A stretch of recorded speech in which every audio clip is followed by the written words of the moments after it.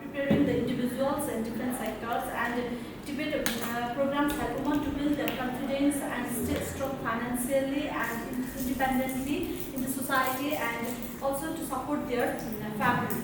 However, significant barriers present the women in Nepal, prevent the women in Nepal from realizing and such opportunity. The study focused on importance of female leadership in Tibet, and despite a lot of progress having been made in promoting the gender equality in private sector, women still face lots of barriers in attending leadership and position and equal representation in the workplace. Strategies for enhancing female leadership. We always talk about the development, and then we are underdeveloped or like least developed, and then developing country. From there to be developed country from on like maybe a target of 2045, I guess.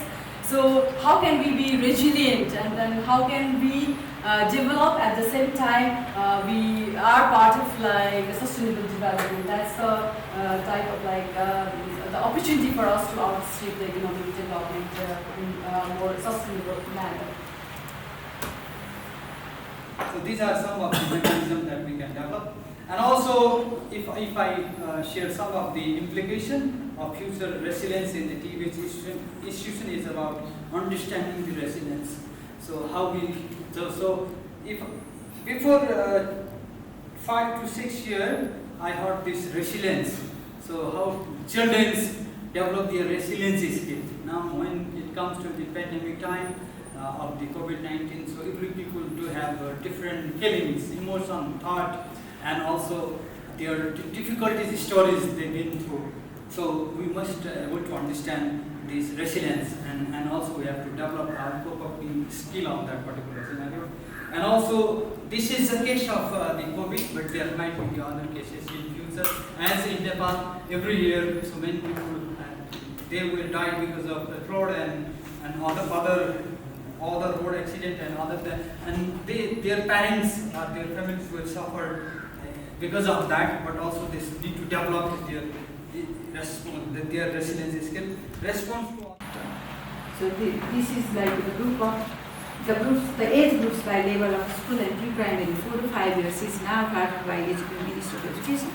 But in our country, under 4 children are still unattended. No specific program is there. There are some private sectors who are working as a pre-primary schools, but how about their skills and training, where they get that training and how they get improve their skills? That's also a question of discussion. And the government doesn't have proper programs, and the provision of care centers are still which create lots of employment, lots of opportunities of employment, and then make women engage in paid work is still not attended or is not discussed. So that's very important, and that's about the self-awareness. And if a person is self-aware about oneself, then it helps her or him to develop the self-concept and self-esteem, which is, I think, the most significant dimension of even the entrepreneurship.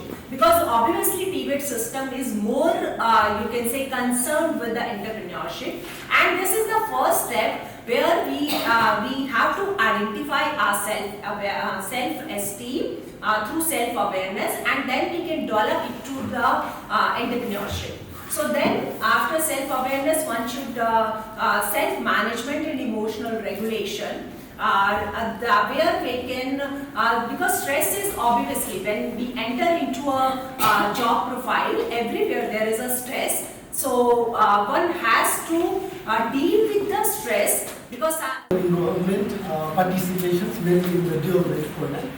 So my colleagues is there and she helped me with this presentation. I just wanted to acknowledge her contribution. So before I start my presentation, I would like to show you this picture and just want to ask, and do you see anything interesting or anything unusual about this picture? It's more female participation. So there is more female participants in the audience? Okay, so I'll make it a little bit easier. Excuse the very bad picture because I took it from the back side of the conference. So here So you can see a male working on a lathe machine. Okay. So here there is a female, she is weaving. So that I think tells the kind of the stereotype we have around female participation in the Tibet sector. So I like to refer. And from that level they were supposed to bring them up. That is why what I am going to share today, the findings or the result of the study is based on the 62 responses. And respondents were the developers. They were participating in the piloting phase to develop the electronic teaching learning material. And they worked for CTVT at least 3 years, because the selection process was to develop that kind of material. At least the experience of 3 years was mandatory. So this is how the methodology worked, and I directly go to the findings and result now. And when I talk about results and finding, yes, all the instructors, what they realized was the electronic teaching learning development process or its implementation in Tibet sector is very much important. And it was given a kind of Likert scale to express their views, to what extent you feel this process is important. And my student in hotel management, one of the hotel management college, and in one of the discussion, I asked them that why do you choose hotel management? So basically, and I also asked them, is it because of your parents? And they said no, like initially their parents did not support them. But instead, what he said was that he wants to go abroad, and doing BHM is, after having a BHM degree, it will be easier to get job in abroad. So that clicked some questions on my mind, and then I was like, is it really going abroad is the only factor that determines student to choose this kind of process?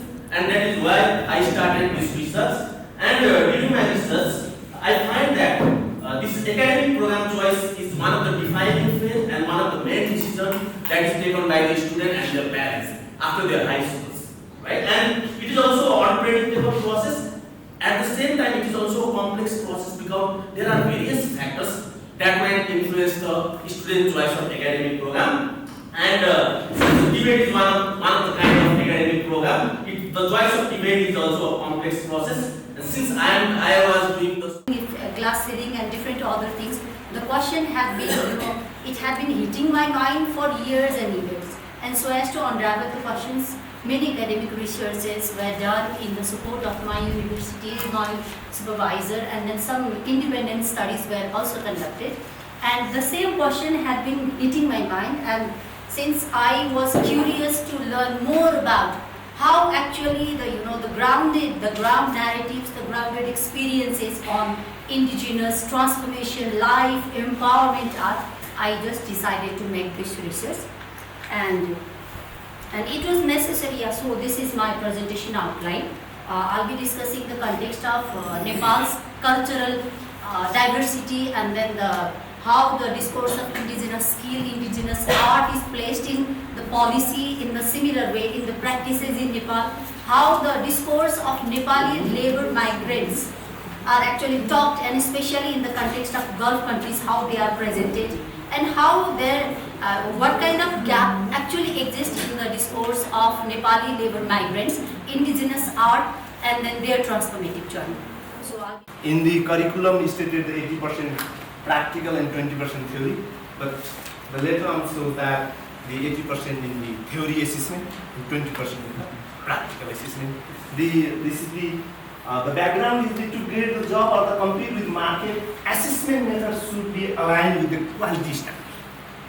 Just not giving the certificate or you are the graduate of the any engineering, then are they handy skill or head skill?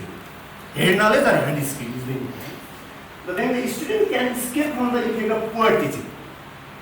Student can escape from the poor teaching, but cannot escape from the poor quality of the student because they need to graduate, they need to get the certificate. So they need to participate in the assessment.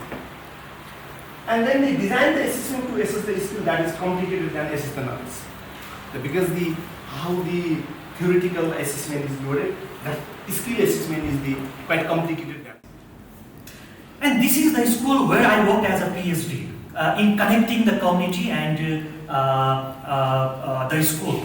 And we practiced this. And our motto was, can school live? This was the question. And how can we connect the school and the community? How can we take community to the school and bring school to the community? Well, how can we break the boundary created by the four walls, which is non-living type of metaphor that we created from the beginning?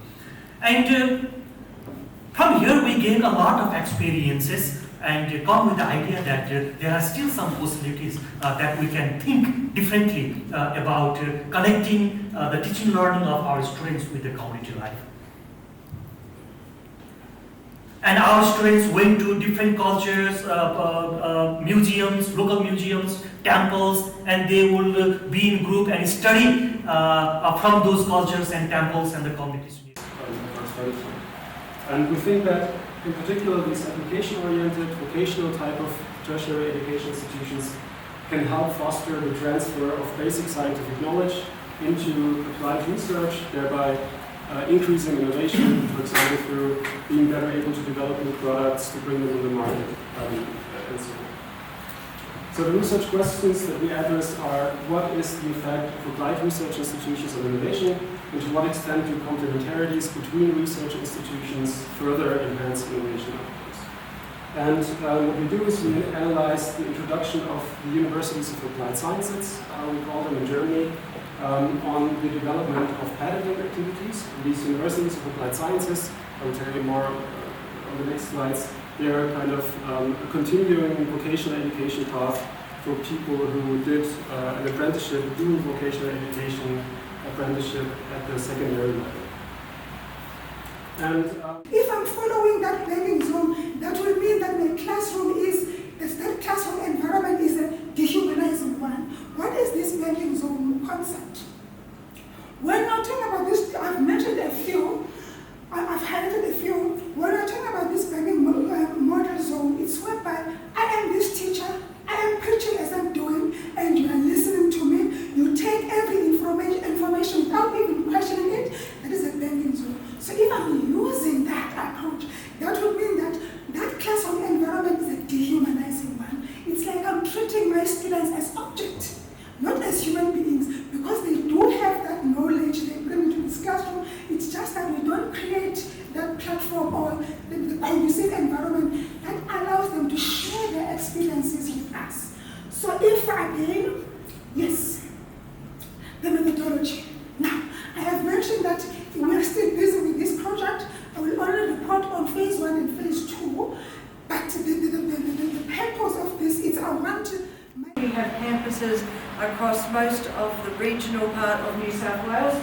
So those orange dots are actually where our university has campuses. And we've also got some a study centre in Sydney, Canberra and Melbourne. So we're quite distributed. The programs that I work within are all in adult and vocational education, and it's equivalent to the TVET programs that are offered by Kathmandu University. We have an undergraduate stream which starts at associate degree and then rolls into a bachelor's degree, and we have a postgraduate stream which includes a grad cert, grad dip, and then masters of adult and vocational education. But we also have a specialist stream for those who are working in the adult language literacy and numeracy area.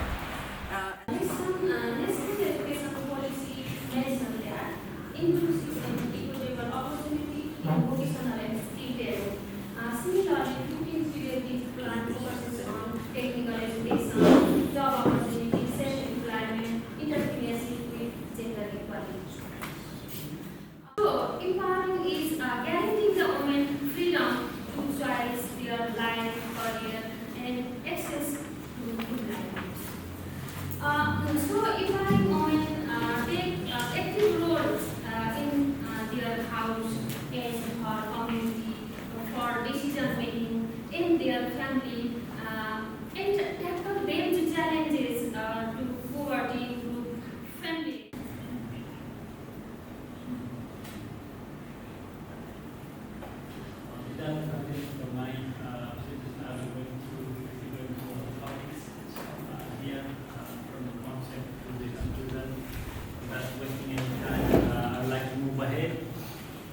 Firstly, as I stated in the topic, as we all know, the meaning of blended means mixture of two or more things. So it is from blended TVET that you can easily guess blending means virtual or physical. As we all know, TVET is like 70% of theoretical knowledge and 30% of skill part invested with it. So blended TVET means physical and online mode of TVET that we call as we understand as TVET. But as per NEET 2020, he defines blended TVET as the thing that we understood like competency, knowledge, practical and soft. There are three types of public library. One is public library. Second one is public library but developed by development committees, and next one is the public libraries, public and community libraries solely conducted by the community. And they are playing the role for lifelong learning. In my study, lifelong learning is the process of acquiring knowledge, skill, attitude through the life. In this process, the public library link its roles here in my objective, and it is the place, it is the proper place where we can spend and we can earn formal education, formal educations and non-formal educations in the same setting. There is no course, no time limit and no boundary. There is the open place. That's why we call the library is the open. More recently, the education policy, this all envisions the role of local government, and particularly up to the secondary level of education where TVET is most in Nepal exists. So in this context, we felt how these local governments are prepared, how they have been managing TVET in terms of particularly in their early plan book that we call Red Book in Nepal, and how this has been a priority of local government has been one of the major agenda conducting this study. So in this case, what we just find in the context of taking the context of Nepal is if we talk about TVET financing, then largely the public sector, particularly the government and the household, that the parents pay for the finance, the TVET, particularly they pay for their children to access the TVET. And several studies have been conducted, which also show that although there are huge investment increasing in TVET, but there is a kind of a fragmentation between the government, between the three tiers of the government. So this creates a kind of inconsistency, incoherence, and not only that, it creates the problem in the duplication, but also creates a problem in practicing TVET in a coordinated manner across the country. And high unemployment rates among the young people are causing social and economic concern. It can be reflected from the Central Bureau Statistics data 2022 when we see the population pyramid, the working population from age of 18 to 60 large, and at the same time migration is also high. In this context, we can have certain indicators that shows a kind of hope, like it has been increasing in unemployment rate, hope and disasters also, because in between COVID pandemic and even after the earthquake, there are disturbances to increase the employment rate. So another important thing that we can figure out from the next presentation, also connected with skills gap. Basically, we come across with the unreached skills among the graduates from the technical education and even the vocational training. So many young job seekers lack the necessary skills and experience demanded by the job market. So this mismatch needs to be addressed. So based on this idea, So the paper is specifically focused on the socio-educational factors such as gender, educational level, participation in training, the nature of education, costs, sources of educational funding, and the kind of institution type. To see. Seriously, one question arises about the skill gap. So we are handling the set issues here. So these are the overview of our presentation. So TVET is a strong means for skill needed in the job market. There is no doubt of it.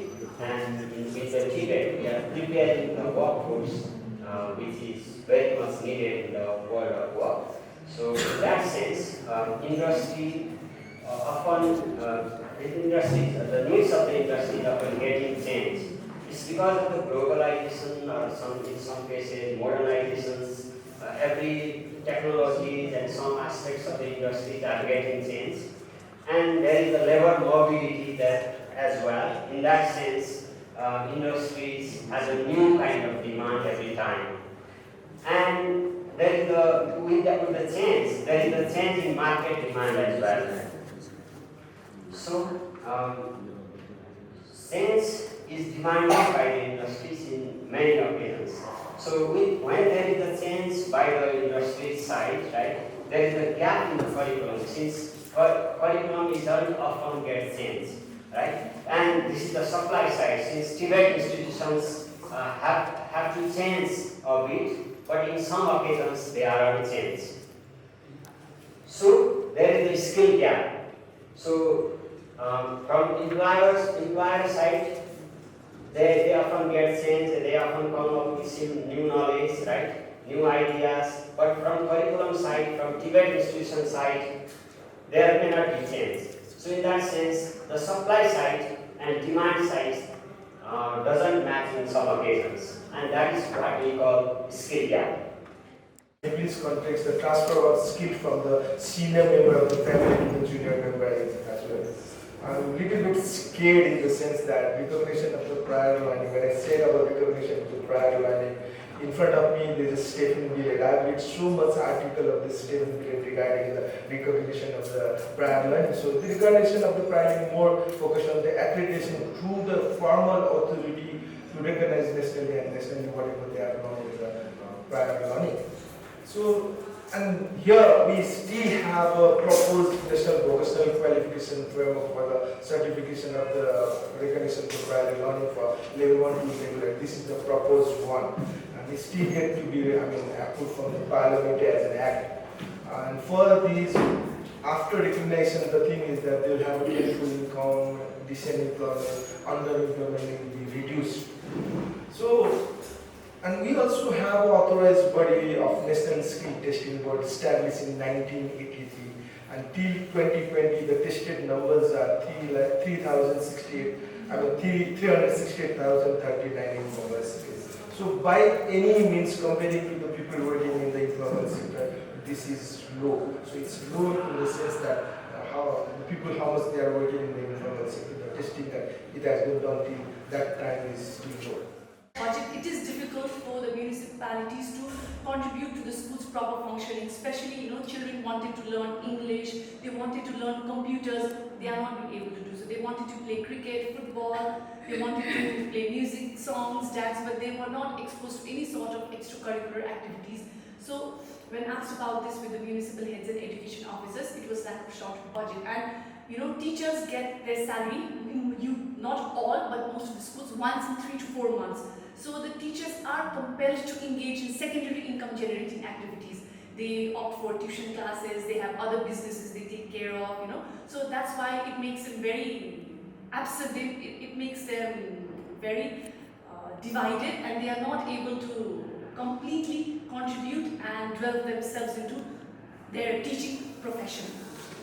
And students express their will when we ask what changes do you want to see in your school so that you want to go, so that you will go to school every day. And the students said that if we have opportunities to participate in different kinds of extracurricular activities, if we are properly engaged in school, then we will attend school every day. So based on these findings, we designed an intervention. At presently, Rautar, the district we are working on, is a district, like I said, it has lowest school performance in the country. So there presence of so many different NGOs, INGOs and other intervening bodies that have different kind of remedial programs, support classes, especially for adolescent girls, small primary children. There are all sorts of intervention going on. And the teachers complain that the student-to-teacher ratio is also very high. Because of the short of budget, the vacancies have not been able to be met. So, and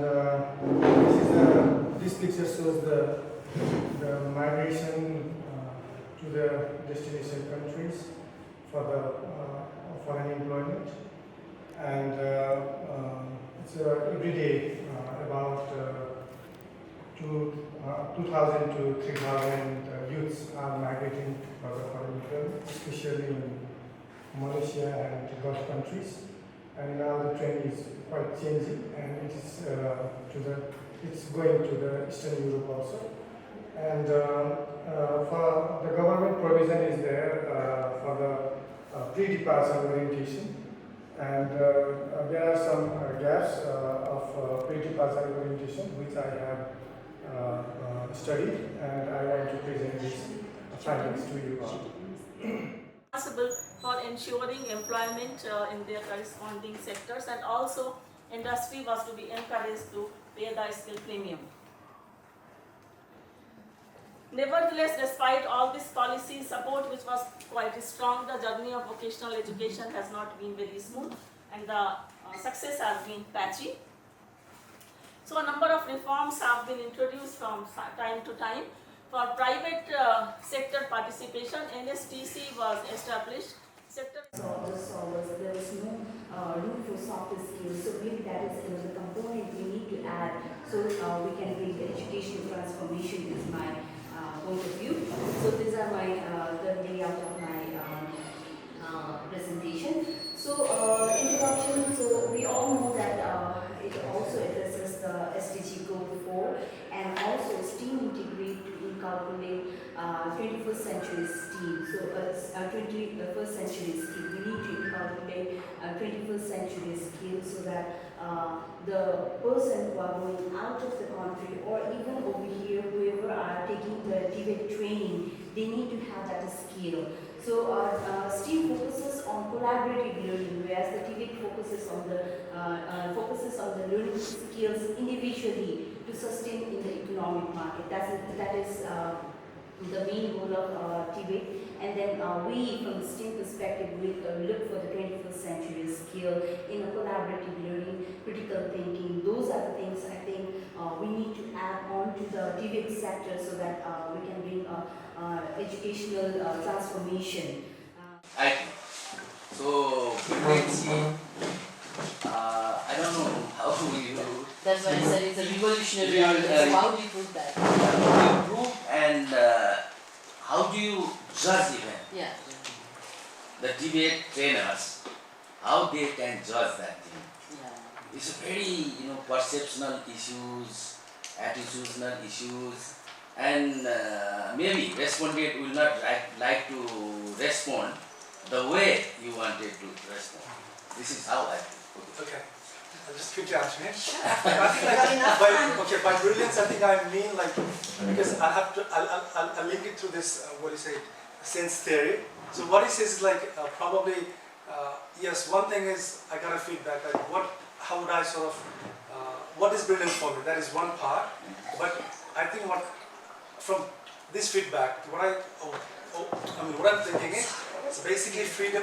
Brilliance for me is when individual, he or she has skill, right? And then they're at some level, and then ultimately what that does is, it gives them the freedom, the agency they have. That is how it will empower them, right? So once they feel empowered, once I feel that okay, probably I don't know if I would call it a brilliance or not, but like I said, from today's discussion, what I think is I have to find a word to replace for that. You point Answer. And what she said, I'm not going back UK right now. I'm going back later, but with the knowledge, brand of Thakali Bhanshagar, she said in 16. And then another businessman I met in Kathmandu, what he said, Bipin, I want one girl, Thakali girl, for my son, so that I can establish the Thakali Bhanshagar, and then my son life will be settled, and then I will be free, I will be relaxed. He said like that. And then third one is the one tea estate owner. Not only tea estate owner, he is the intellectual body of the Nepal, and he is the retired government service. Also, he is a poet.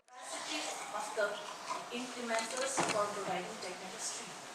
Then we have national education policy, which has prioritized women, youth, minority, and backward communities trained through TVET and skill development based on certain standards. Now we have newly formulated TVET sector strategic plan, which has 4 components, and one of the components is equity and access, which refers to the availability of courses to meet the supply, demand side, and access and participation of students coming from different backgrounds, including gender, social, economic, and social conditions. The strategy it has adopted is introducing a multi-shift institutional learning program for a flexible learning opportunity to promote Developing TVET institution with integrity is essential. And other resources also show that it is important to make sure that instructor act with integrity.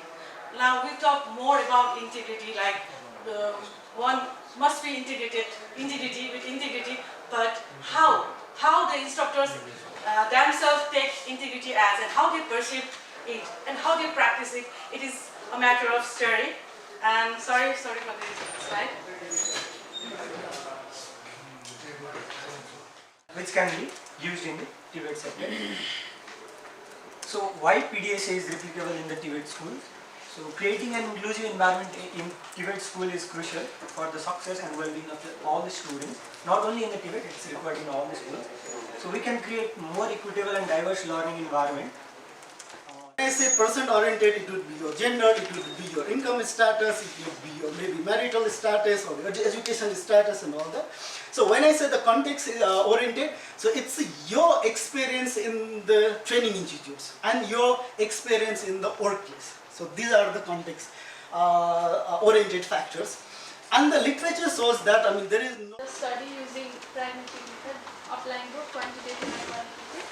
Through quantitative approach, we try to see the intensity and distribution of dropout, and through qualitative approach, we try to understand the phenomenon, how actually the apprentices are experiencing the process of dropout. So, and for quantitative analysis, we collected secondary data provided from initial project, and for that we considered 2 batches, second and third batch, and evaluated the correlation between these factors and dropout. The correlation was very poor.